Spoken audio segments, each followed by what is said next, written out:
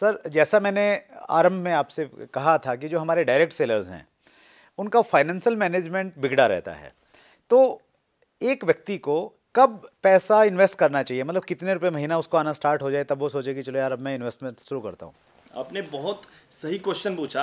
Actually हमारी psychology ऐसे ही बन चुकी है।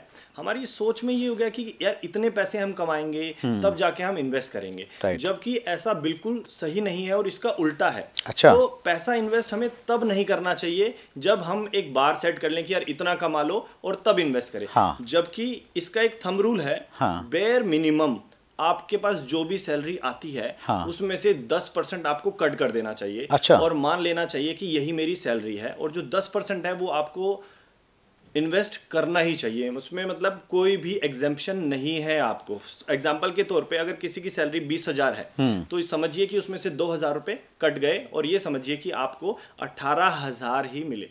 मतलब 18,000 में ही अपने खर्चे जो भी चीज़ें हैं वो मेंटेन करनी है। I have met lot of peoples, इतने लोगों से मैं मिला हूँ, मैंने देखा है लोगों की जो मंथली इनकम होती है वो 50,000 भी होती है, 1 लाख भी होती है, इवन 2 लाख वाले के पास भी कोई सेविंग नहीं होती। क्यों होता क्या है, जितना पैसा हमारे पास आता जाता है उसके हिसाब से हम लोग जो है अपना लाइफस्टाइल एनहेंस करना शुरू कर देते हैं। तो जो सवाल आपने पूछा कि भाई कितना कब हमें इन्वेस्ट शुरू करना चाहिए, अगर आपके पास 5,000 की सिर्फ इनकम है तो भी आपको 500 रुपए उसमें से कट करने चाहिए। अच्छा। और ये मानना चाहिए कि मेरी जो तनख्वाह है, मेरी जो मंथली इनकम है वो सिर्फ 4,500 है, 500 रुपए मुझे इन्वेस्ट करना ही है। ये उतना ही जरूरी है जितना जरूरी यदि आप एक दिन खाना ना खाएं। अच्छा। तो अगले दिन आपको पता लगता है कि एनर्जी डाउन हो रही है।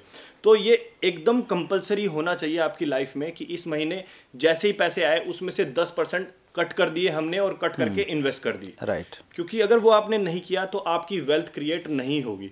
Thank you so much. दोस्तों, जैसा कि आपको मालूम है कि हमारा नया एपिसोड हर मंगलवार को रात्रि 8 बजे आ जाता है। हम लोग इसको लेके बहुत मेहनत करते हैं, एक टीम है इसके पीछे, बहुत सारा हार्डवर्क हम लोग कर रहे हैं।